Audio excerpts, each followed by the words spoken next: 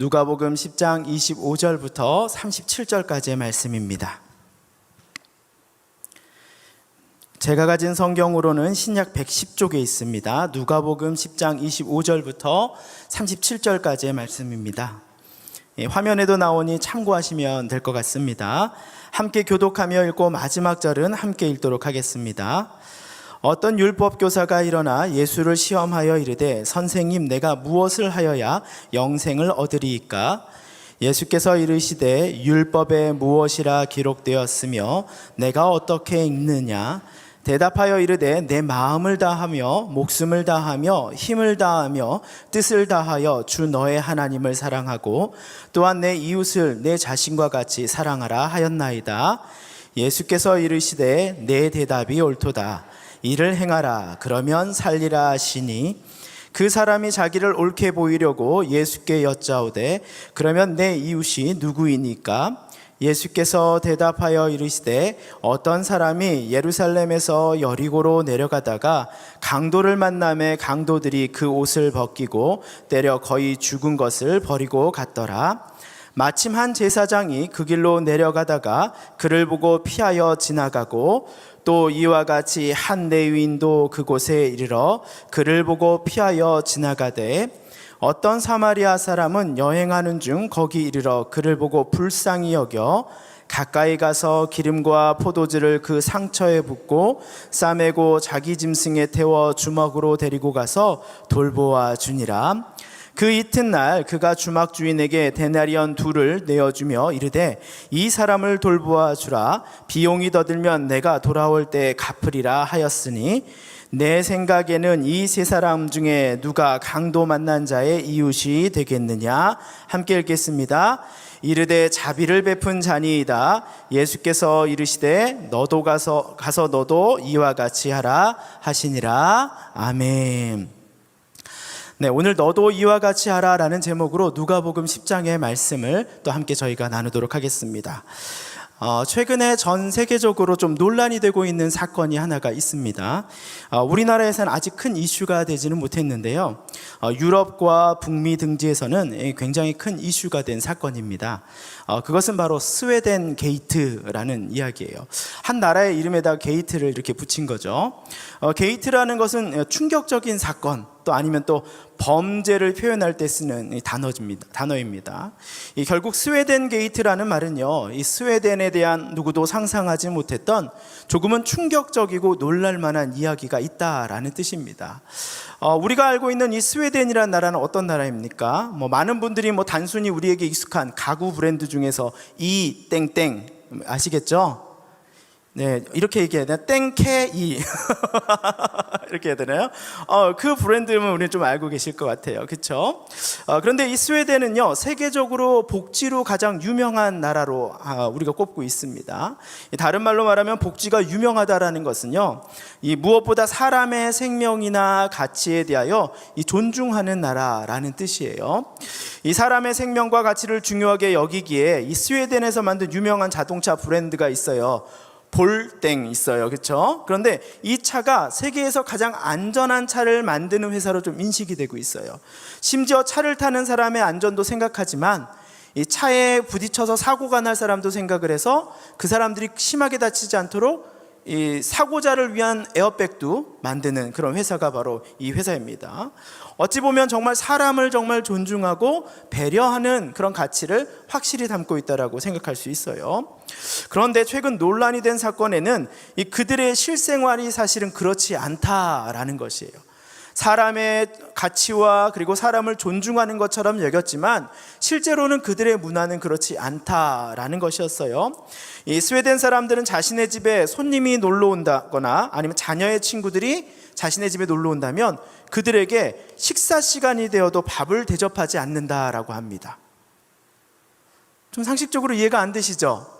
네, 놀다 보면 식사 시간이 될 수가 있잖아요. 그런데 손님이건 자녀의 친구이건 식사 시간이 되어도 밥을 대접하지 않는다고 해요.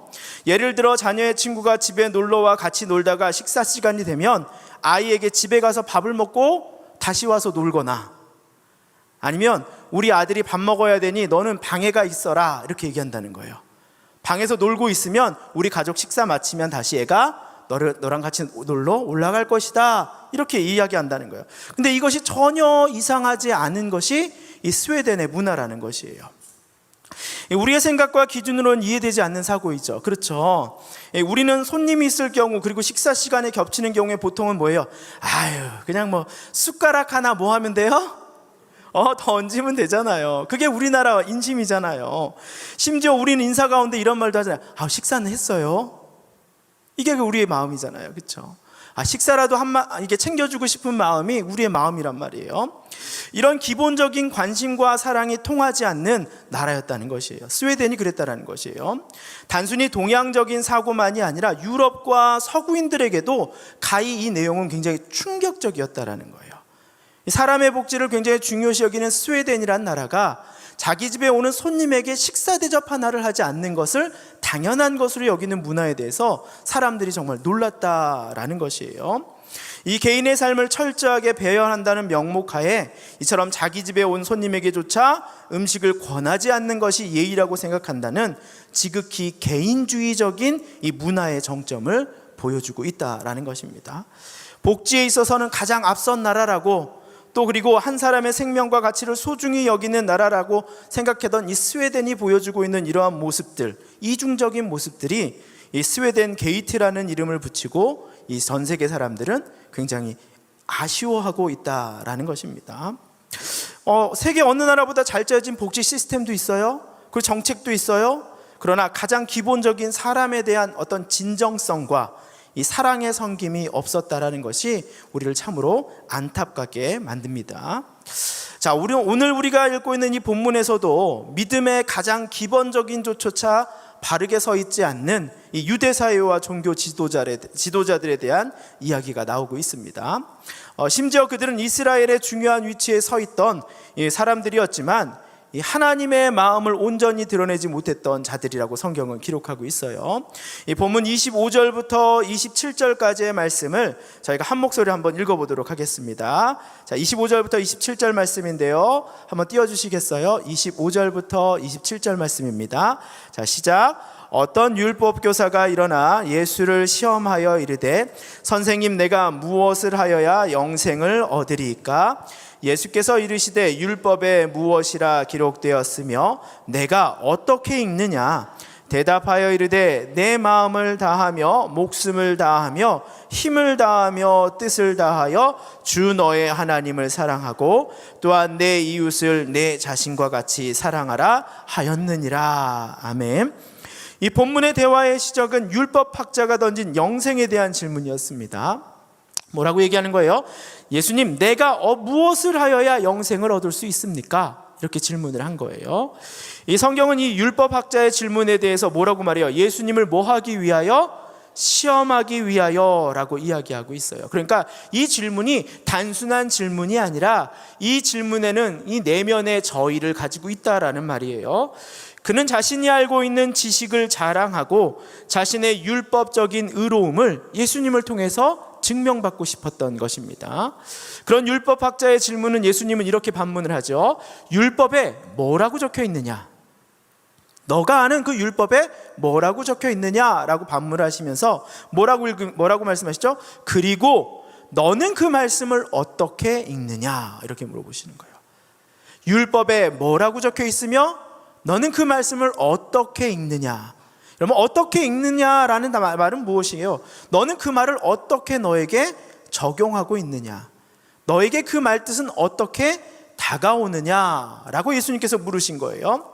이에 율법교사가 이렇게 이야기합니다. 네, 율법에는 내 마음을 다하며 목숨을 다하며 힘을 다하며 뜻을 다하여 주 너의 하나님을 사랑하라 하였습니다. 그리고 내 이웃을 내 몸과 같이 사랑하라 말씀하였습니다. 대답을 명료하게 했어요. 그런데 예수님께서 그의 그런 대답에 이렇게 얘기합니다. 그래, 너 잘 알고 있구나. 그렇다면 이를 행하라. 여기까지 됐으면 좋겠어요. 그런데 뭐라고 말씀하셔요? 그리하면 살리라. 그리하면 살리라. 여러분, 그 말은 무엇이에요? 결국 예수님은 무엇을 하고 말씀하셔요? 그래, 너 잘 알고 있구나. 너 잘 알고 있구나. 그런데 너희는 행하지 않아 죽게 되었구나. 이 율법주의자는 하나님의 율법은 알고 있으나 그 말씀을 자신의 뜻대로 읽고 해석하여 삶 가운데 뭐하지 못하는 거예요? 실천하지 못하는 모습을 나타내고 있는 것이에요. 예수님께서 말씀하시는 것이 뭐예요?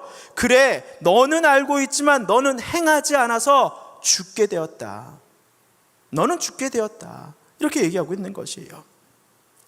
이 말을 들었을 때 그럼 율법학자는 뭐라고 얘기해야 될까요? 주님, 저를 구원하여 주시옵소서. 제가 바로 죄인입니다 라고 고백해야 되는데, 오늘 율법학자는 자신의 부끄러움을 인정하지도 않고 회개하지도 않고 도리어 뭐라 그래요? 자신이 의롭다라는 것을 더욱더 증명하려고 하고 있어요. 그거 잘못이야. 그 믿음이 너를 죽일 수도 있어 라고 얘기하는데 뭐예요? 아니에요. 저는 의로운 자예요. 지금까지 의롭게 살아왔어요. 그러면서 뭐라고 얘기하는 거예요? 29절 말씀인데요, 29절 말씀 한번 같이 띄워주시겠습니까? 29절 말씀 한번 같이 읽어보겠습니다. 네, 29절 말씀입니다. 네, 시작. 그 사람이 자기를 옳게 보이려고 예수께 여짜오되 그러면 내 이웃이 누구니까? 내 이웃이 누구니까? 자, 그런데 성경은요 이렇게 얘기해요. 질문의 중심을 두고 있는 것이 아니라 뭐라고 얘기해요? 내 이웃이 누구이니까 라고 얘기하기 전에 뭐라고 얘기해요? 그 사람이 뭐 하려고? 자기를 옳게 보이려고, 자신을 옳게 보이기 위해서 이 질문을 지금 하고 있다는 거예요. 당시 유대인들, 특히나 종교적인 열심으로 살았던 이 서기관들과 바리새인들의 생각들은 어떤 게 있냐면, 오직 자신들이 보기에 깨끗하고 의로운 사람들만이 자신들에게는 이웃이 될 수 있다고 생각했어요. 나는 율법을 잘 지키는 자이니 나는 타인의 이웃이 될 수 있고, 나 또한 뭐예요? 다른 그런 자들을 이웃으로 삼을 수 있는 자입니다 라고 얘기하고 있는 거예요.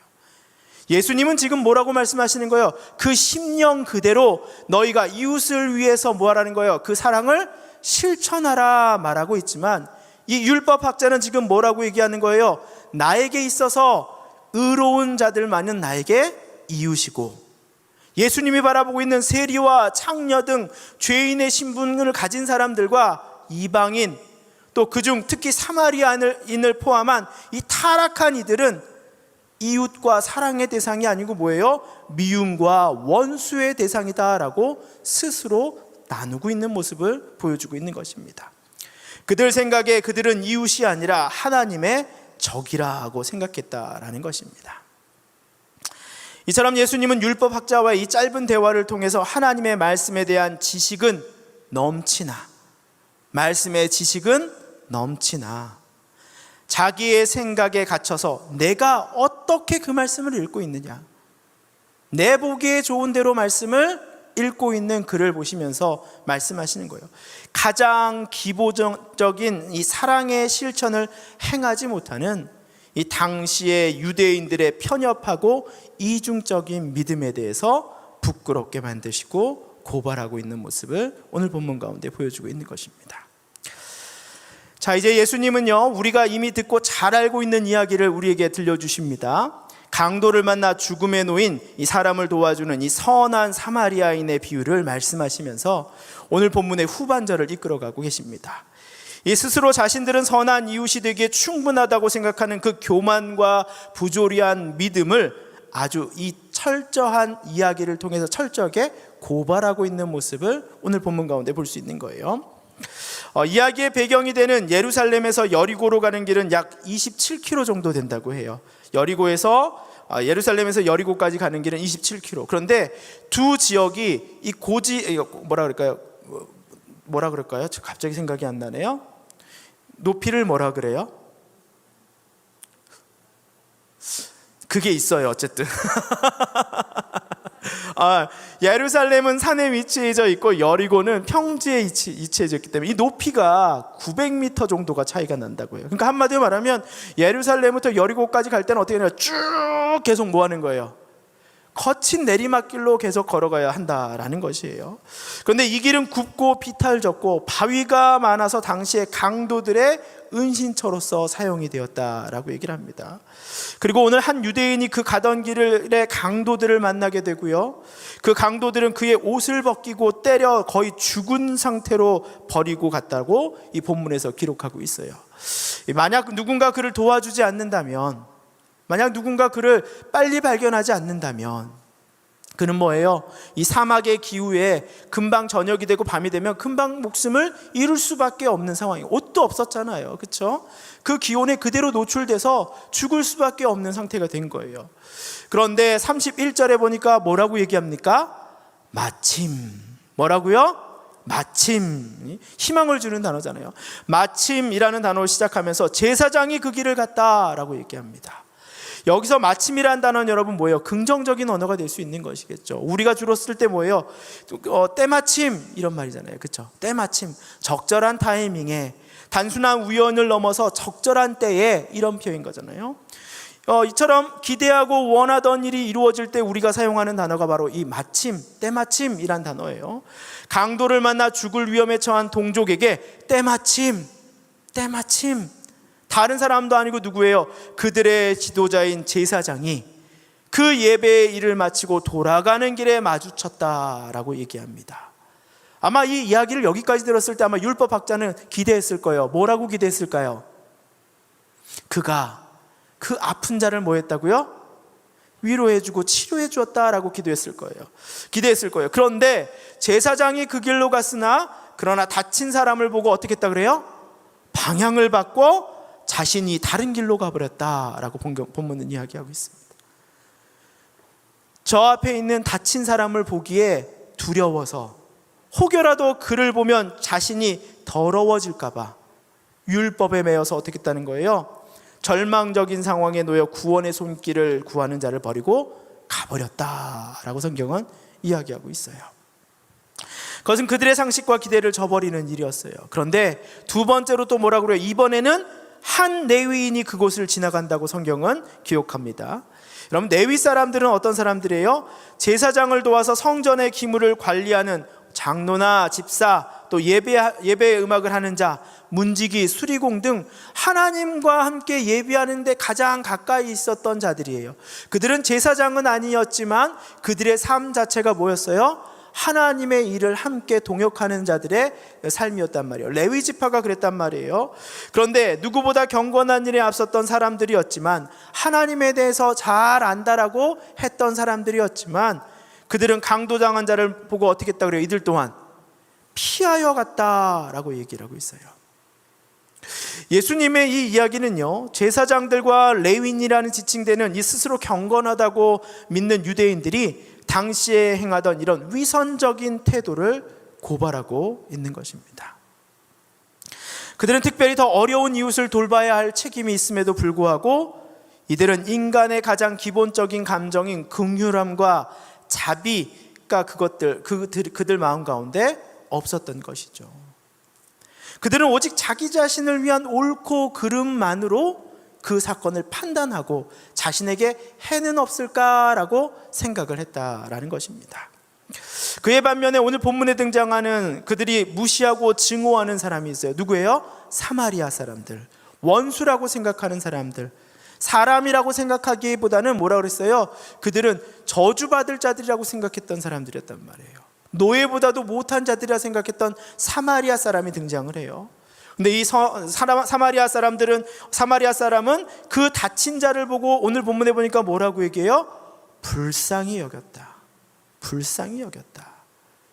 그를 보자마자 뭐예요? 내가 그에게 가야 될 것인가 말 것인가를 고민하지 아니하고 그를 뭐하게 여겼다고요? 불쌍히 여겼다라고 얘기를 해요. 뭐 사자성어로 얘기한다면 인지상정이라고 그래야 되나요?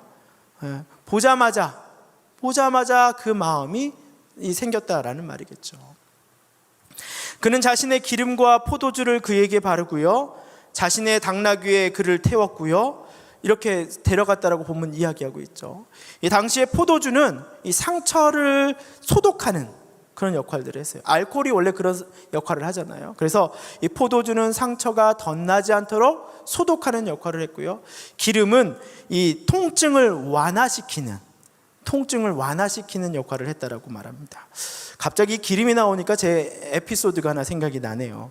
제가 옛날 말레이시아를 갔어요. 그래서 페낭에 갔는데 갑자기 복통이 심하게 난 거예요. 체했나 봐요, 공항에서. 근데 제가 거기서 공항에서 약을 좀 달라고 했어요. 그랬더니 이게 여기 좀 배가 너무 아파가지고 체한 것 같다, 약 좀 달라 그랬더니 자기네들은 응급약은 없는데 자기가 쓰는 약이 있으니까 그거라도 좀 주겠다는 거예요. 그래서 감사하다고 그랬더니 이만한 병에 이 기름을 들어있는 병을 주는 거예요. 그러면서 이거를 쓰면 된다 그런 거예요. 그러니까 저한테 분명히 그랬어요. 이걸 쓰면 된다고 그랬거든요. 그래서 저는 딱 생각할 때 뭐라고 생각했을까요? 마시는 거라 생각한 거예요. 그래서 딱 먹으려는데 향이 너무 독해, 좀 이상해. 근데 어쨌든 먹었어요. 근데 몸 안에서 기름이 들어가면서 뭔가 계속 도리어 이제 토할 것 같은 거예요. 진정이 돼야 되는데 토할 것 같은 거예요. 그랬더니 이상하다, 어쨌든 이거 쓰면 된다 그랬는데. 그래서 잠깐 제가 뒤에 설명서를 봤더니 배에다 바르고 마사지하는 거였어요. 그 설명을 좀 제대로 해주지. 마음이 급하니까 저도 무조건 뚜껑 닫고 마셨던 거예요. 그랬더니 그때 한참 고생을 했어요. 그래서 배에다 바르고 이렇게 마사지하라고 준 거였는데 그랬습니다. 당시 이제 기름은 이처럼 통증을 좀 완화시키는 그런 역할들을 했다라고 합니다. 본문은 그가 상처를 싸맸다고 또 고백을 해요. 상처를 싸맸다라는 말은 무엇이냐면, 어찌 보면 거기서 천을 구할 수 있지는 않잖아요. 그러니까 이 본문에서 얘기하기를 자신의 옷을 찢어서 피나는 거의 죽게 됐다라는 말이니까 온몸에 전신에 피가 났겠죠. 그렇죠? 그 피난 곳을 어떻게 하는 거예요? 자신의 옷을 찢어서 싸매주는 일들을 했다라고 본문은 이야기합니다. 아픈 자를 위해 자신은 나귀에서 내려 걸어야 하는 스스로 불편함을 감내했어요. 여러분, 험난한 지형이라고 했잖아요. 900m의 고도차를 가지고 있는 곳이라고 했잖아요. 얼마나 힘든 길이겠어요. 그런데 그 길에서 자신이 타고 있던 나귀에서 자기가 내리고 병든 자를 어떻게 했어요? 그 나귀에 실어서 자신이 그 불편함을 감내하면서 그 길을 갔다라고 얘기합니다. 그리고 주막에 그를 내려주고 그의 치료를 위해 돈을 지불하였는데 2데나리온이었죠? 데나리온 둘을 했댔죠. 이 데나리온 둘이 당시에는 이틀치의 임금과 같았어요. 그러니까 우리나라로 치면 아마 지금 한 30만 원 정도 되지 않을까요? 하루 종일 일하면 그래도 한 15만 원 정도 인건비 받을 것 같아요. 그렇죠? 그러면 30만 원 정도 되는 돈을 맡기고, 그리고 나서 치료에 쓰고 나서도 부족하면 내가 뭐 할 것이다? 다시 돌아와서 그를 위해서 돈을 지불하겠다라고 그에 대한 모든 책임을 감당하고 있는 모습을 보여줍니다. 그런데 여기서 보면요, 이 본문에서도 얘기했지만 이 사마리아 사람은 뭐 했다고 그랬어요? 여행 중에 라고 얘기했어요. 그리고 또 오늘 본문에 가니까 그가 다음날 환자를 맡기고 그의 길을 갔다라고 얘기했어요. 다른 말로 말하면 그는 자신의 일정이 있는데 자신에게도 시간이 많지 않음에도 불구하고 뭐 했어요? 병든 자와 연약한 자를 섬기기 위해서 자신의 시간과 물질과 재물을 투자하면서 그를 섬겼던 것이 오늘 본문 가운데 드러났다라는 것입니다. 여러분, 오늘 이 세 사람의 이야기를 들으면서 한번 생각해 보게 됩니다. 여러분, 누가 오늘 강도 만난 사람의 이웃입니까? 여러분, 누가 진정한 이웃입니까? 이 제사장과 레위인과 사마리아인 중에 그렇다면 율법을 준수한 사람은 여러분 누구입니까? 여기서 난해해지죠. 제사장과 레위 사람은 율법을 지켰다고 하지만, 그러나 중요한 게 있어요. 하나님을 사랑하고 내 이웃을 내 몸과 같이 사랑하다라는 말씀은 무엇으로 완성이 됩니까? 사랑이라는 것으로 완성이 되는 것이죠. 더 큰 법을 놓치고 작은 법에 순종한 자들은 제사장과 레위 사람이었고, 하나님의 더 큰 법에 순종한 자는 누구였던 거예요? 바로 사마리아 사람이었던 것입니다. 성경은 이처럼 이웃을 사랑하지 않는 제사장과 레위인들의 행동과 유대인들이 그토록 정죄하던 저주하던 사마리아인의 이 이웃 사랑의 모습을 대조시키는 것이에요. 철저하게 자신의 이익으로만 타인을 사랑하는 자들과 아무것도 없이 자기의 모든 것들을 털어서 타인을 사랑하는 사마리아인의 사랑을 대조시키면서 이스라엘 백성들의 교만함을 성경에서 우리에게 알려주고 있다는 것이죠. 사마리아인은 강도를 만나 생사의 기로에 놓인 여행자를 돌보아줌으로써 내 이웃을 내 몸과 같이 사랑하라는 이 하나님의 법을 지킨 반면에 이 세세한 자기 만족적인 이 율법 준수에 관심을 기울이는 제사장과 레위인은요, 도리어 그 법을 뭐 했어요? 어겼잖아요.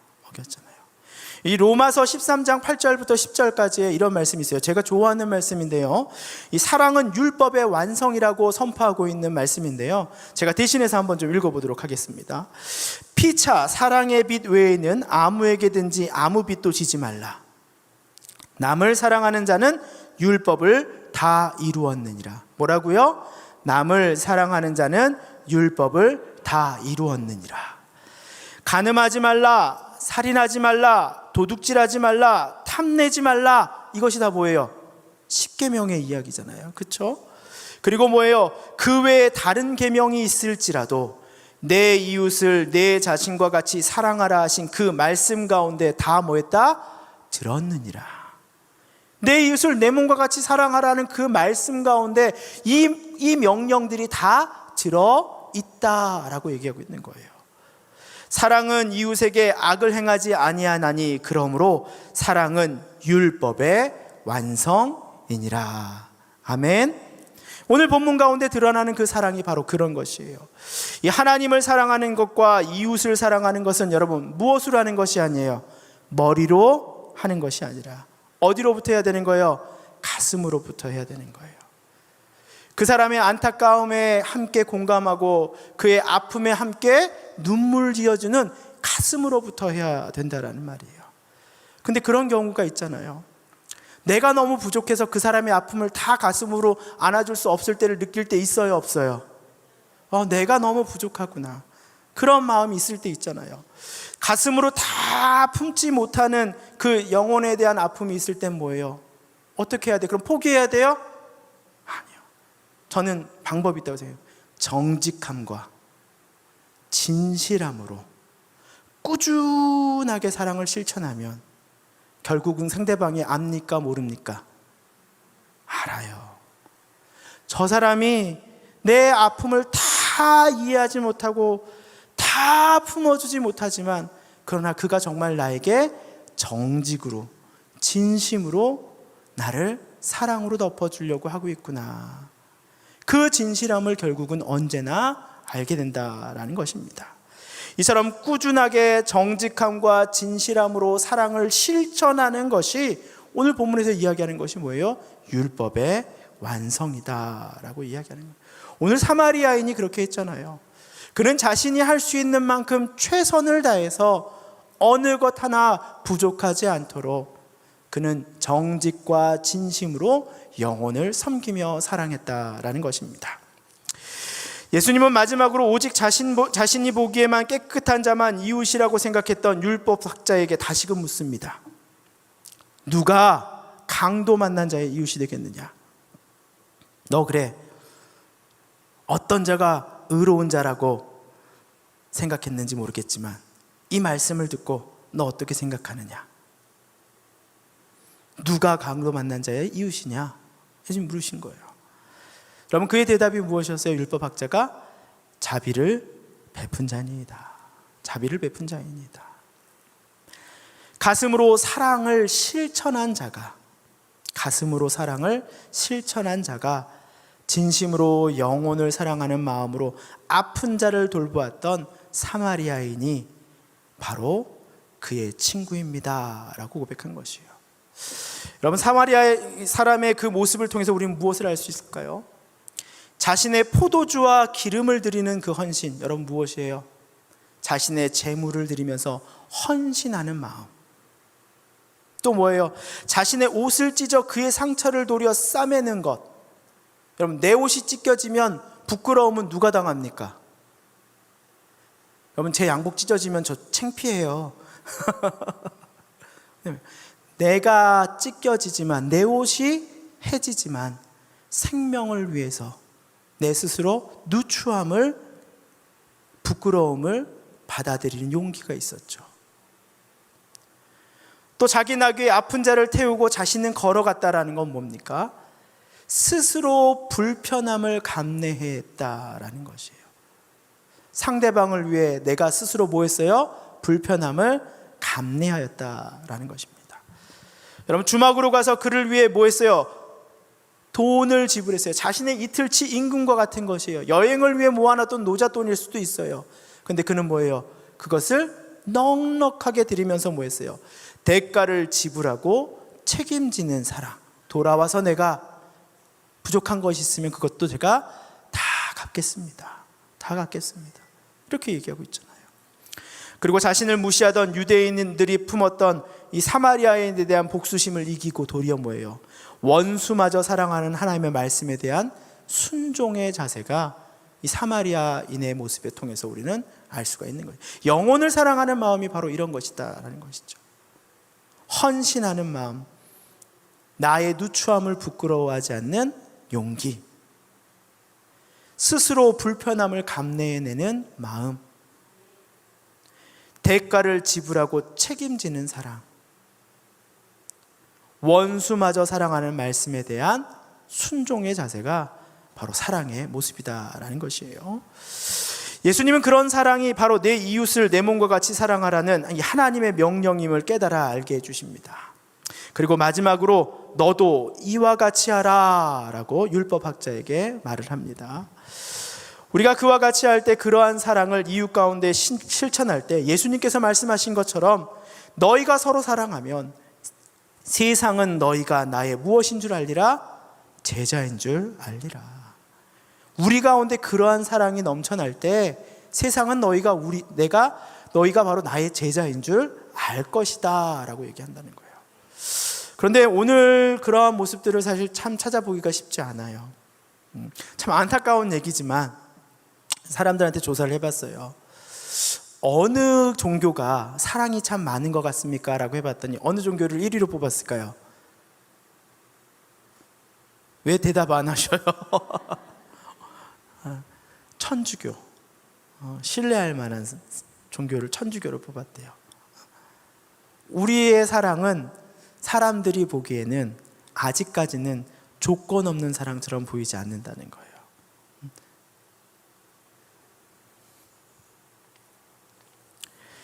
조건 없는 사랑과 헌신, 그리고 스스로 불편함을 감수하면서도 타인을 위해 고난을 감수하는 섬김이 점점 교회 가운데 뭐예요? 줄어든다라고 이야기합니다. 교회는 영혼을 향한 사랑과 헌신으로 세워지는 곳이죠. 그리고 성도의 믿음도 바로 헌신과 사랑으로 드러나게 되는 것이에요. 이 손해와 헌신이 없는 복음은 여러분 없어요. 어떻게 손해받지 않고 헌신하지 않고 복음의 진수를 경험할 수 있겠습니까? 예수님께서 몸소 자기를 십자가에 들여 자기 몸을 찢으시며 우리의 상처를 싸매시는 헌신을 하셨고요. 우리를 위해 조롱을 받고 모욕당함을 취하셨으며 우리를 도리어 하나님의 자녀로 세우시기 위해서 자신은 가장 비참한 자리를 스스로 택하셨던 것이죠. 그리고 우리에 대한 끝없는 사랑과 책임을 우리에게 이루어 주셨잖아요. 모든 대가를 지불하시겠다고 예수님께서 말씀하셨잖아요. 우리에게도 그런 시간과 재정을 드리는 헌신과 나의 부끄러움을 당함을 감당하는 그런 헌신이 좀 있었으면 좋겠어요. 예수 믿는다는 거 부끄러울 수 있어요. 그러나 예수님 믿는다고 부끄러움 좀 당하면 좀 어때요? 바보 같다고 얘기 들으면 어때요? 그렇죠? 우리의 모습 가운데, 하나님과의 관계 가운데 그런 모습들이 드러날 때 하나님은 여러분을 너무나 기뻐하실 것이고 여러분을 통해서 더 많은 일들을 일으키실 것이라고 저는 생각을 합니다. 제가 담당하고 있는 교구가 16교구예요. 그래서 참 쉽지 않은 지역에 또 있는데요. 저희가 이 코로나 기간 가운데 참 잘한 게 있다라고 생각했던 게 있어요. 여러분, 우리 코로나 초창기에 여러분 어땠어요? 코로나에 어떤 아파트 몇 동에 발생했다고 하면 그 아파트 전체가 어땠어요? 초긴장이었어요. 나오지도 못하고 엘리베이터부터 모든 곳엔 다 코로나가 있는 것 같고 그 아파트 동은 아예 들어가기를 주저하고 꺼려했던 상황이었잖아요. 맞죠? 네. 그런 상황 가운데 최근에 이 코로나가 막 폭증했었어요. 그때 오미크론 때. 근데 우리 교구 지역자님과 저희가 한마음이 돼서 게 뭐냐면 코로나 신방을 하자 그랬어요. 코로나 신방. 물론 이렇게 뭐 대면하지 않고 뭐 카톡으로 뭐 치킨 쿠폰 보내줄 수 있죠. 그것도 귀한 일이긴 하지만 그래도 식사도 챙겨 먹기 어렵고 만들어 먹기도 어렵고 보니까 남편이 걸리면 그냥 남편은 알아서 밥 챙겨줘서 집안에 가둬놓으면 돼요. 그죠? 말 잘 들어요. 애들도 그냥 그렇게 하면 돼. 근데 문제는 뭐냐면 엄마가 걸렸을 때야. 이건 뭐 밥도 못 해줘. 스스로 밥 해먹기도 애매하고 나도 아파 죽겠는데 그렇죠? 그런 상황을 경험하니까 이게 무슨 통닭 쿠폰 보내주는 거로 해결될 문제가 아닌 거예요. 우리 지역장님이 다 인터넷으로 주문해가지고 막 햇반부터 뭐 즉석식품 있잖아요. 힘 안 들이고 먹을 수 있는 거 떡국부터 해가지고 막 진짜 막 한복다리 막 셀에서도 막 과일하고 막 해가지고 코로나만 나면 간 거예요. 집 앞에 가가지고 그걸 다 놓고 왔어요. 지역장님들이. 지역장 하기 쉽겠어요? 어렵겠어요? 어렵죠. 가면서도 벌벌벌 내가 볼 때 떨었을 것 같아. 지금 이 집은 코로나 걸린 집이야. 그 앞에다 그거 놓고 오는 것 자체도 어때요, 여러분? 무섭잖아요, 솔직히. 근데 그 일을 뭐예요? 코로나가 폭증하기 전부터 코로나가 잦아질 때까지 그걸 다 하셨어. 근데요, 시간이 지나니까 그런 모든 거를 드리는 그 사랑을 베푸니까 누가 먼저 아는 거 아세요? 사랑을 받았던 셀원들이 아는 거예요. 셀원들이 그 아픔을 겪었던 분들이, 가족 중에 남편이 코로나 걸리면 남자 셀에서 막 나도 못 먹어본 막 그거 뭐예요? 그거 제주도에서 나는 특별한 그 과일 있잖아요. 막 귤처럼 생겼는데 엄청 비싼 거 막 한라봉인가 뭔가 천혜향 막 이런 거 있잖아요.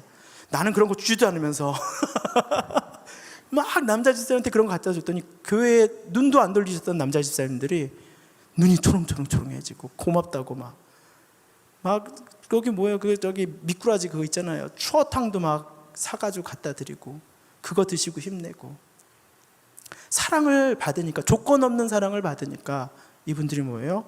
회복되기 시작하는 거예요. 셀원들이 지역장님들을 너무나 좋아하는 거예요. 셀리더님을 너무나 좋아하는 거예요. 사랑을 받으니까.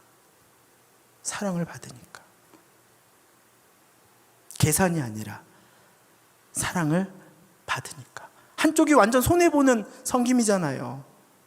그죠? 그분들은 그냥 문 안에 들어가서 집 안에만 있으면 되는 거고, 이분은 거기까지 주여 제가 주님이 부르시면 죽겠습니다 라는 마음으로 그냥 가는 거잖아요. 한 집도 아니었어요. 계속 가는 거예요. 계속.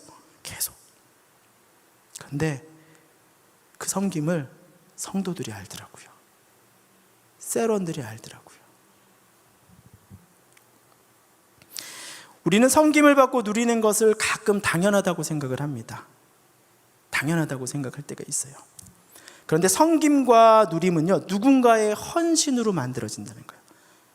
누군가가 이만큼 헌신하고 봉사했기 때문에 이만큼 내가 받을 수 있는 거예요. 이해되세요? 네. 오늘 우리가 누리는 월요 중보 기도회도 그래요. 여러분들이 이렇게 은혜의 자리에 은혜를 받을 수 있도록 코로나 기간에도 한 주도 빠지 않고, 집에 코로나 환자 나와 본인도 코로나 걸렸어. 그런데도 나으면 이 자리에 와가지고 섬기던 자들이 있었어요. 우리 임원단과 찬양팀, 또 방송으로 또 섬겨주시는 우리 집사님, 그리고 우리 간사님, 우리 김현철 간사님과 노천욱 간사님, 그리고 교육자들의 섬김이 있었기 때문에 오늘의 예배와 기도의 풍성함을 우리가 누릴 수 있게 된 것이에요. 얼마나 힘드셨겠어요. 아침에 일어나면 주여부터 나왔을 거예요. 가야 돼요, 말아야 돼요, 주여, 그랬을 거예요. 우리 이은영 집사님 어디서요? 애가 5이야. 애가 5. 맞죠? 그런데도 이 봉사를 위해서 섬기는 자들이 있단 말이에요. 그러니 여러분 주위에 우리 월요중보 대원들이 있다면, 우리 인원이 너무 많아서 한 분이 섬겨주진 못해. 근데 월요중보 대원이 우리 주위 가운데 있으면, 우리 교관에 있고 내 셀 가운데 있다면 제가 좀 부탁 좀 드릴게요. 정말 고생 많이 하셨거든요. 우리 임원단들, 찬양팀 모두. 여름 오기 전에 좀 데리고 가서 삼계탕 좀 먹이세요. 뭐 좀 먹이라고요? 삼계탕 좀 먹여주세요. 당신의 섬김으로 인해서 내가 이렇게 월요중보 통해서 은혜를 받는다고. 이분들이 철저하게 자기 희생을 했기 때문에 여러분들이 그런 섬김을 지금 받는 거예요. 헌신과 섬김과 사랑이 있었기 때문에 우리가 지금 이걸 누리고 있다라는 것입니다. 그동안 참 고생 많았습니다. 이렇게 해주시면 박수 한번 부탁드릴게요. 네. 선한 사마리아인처럼 시간도 재정도 아끼지 않으며 매주 김밥 조각이, 여러분 얼마나 힘든 줄 알아요? 2시간 기도하고 김밥 먹어봐요. 힘 다 빠져요. 여러분은 기도하시지만 앞에서 찬양하고 막 기도 같이 하고 얼마나 힘든지 몰라요. 저도 기도회 한 번 하면 1kg씩 빠지는 것 같아요. 한 10번 했으면 10kg 빠져야 되는데 안 빠지더라고요. 그거는 딱 1kg만 빠지더라고요. 여러분 덕에 기도를 멈추지 않을 수 있었다고 이런 감사의 마음을 전해주시길 바랍니다. 왜 제가 이런 말 하냐면요, 팀장이니까 더 안타깝게 여기는 거예요. 감사하게 여기는 거예요. 저니까 이런 말씀 할 수 있는 거예요. 꼭 삼계탕 사주세요. 한 마리 말고 2마리. 몸보진 시켜드려야 돼요. 그래야지 안 쓰러져. 여러분의 사랑을 좀 부탁드립니다. 이런 작은 섬김과 사랑의 나눔, 감사의 표현들이 우리 주위에서 쌓여가고, 또 교회와 셀 가운데 쌓여가고, 또 우리의 이웃에 대한 그런 사랑들이 흘러넘치게 될 때, 저는 이 안산 땅에서 동산교회가 다시금 그런 이야기를 들을 거라고 생각을 합니다. 사랑과 섬김이 넘치는 교회가 바로 동산교회다. 동산교회 가면 사랑을 경험할 수 있어요. 동산교회 가면 가정이 회복될 수 있어요. 동산교회 가면 우리가 하나님의 기쁨을 경험할 수 있어요. 이 소식들이 계속 퍼져나가는 그런 동산교회가 되기를 저는 축복합니다. 아멘. 이 시간 한번 본문 36절과 37절을 마지막으로 읽고요, 함께 찬양하며 기도하는 시간을 좀 갖도록 하겠습니다. 본문 36절과 37절 말씀 한번 같이 좀 띄워주시겠어요? 네, 36절과 37절 말씀입니다. 네, 띄워주시면 저희가 함께 또 한 목소리 우리 믿음으로 고백하면서 한번 찬양하도록 하겠습니다. 네, 36절과 37절이 성경책을 보고 한번 같이 할게요. 내 생각에는 이 세 사람 중에 누가 강도 만난 자의 이웃이 되겠느냐? 이르되 자비를 베푼 자니이다. 예수께서 이르시되 가서 너도 이와 같이 하라 하시니라. 아멘. 이 시간 한번 같이 찬양하고 우리 기도하는 시간 갖도록 하겠습니다.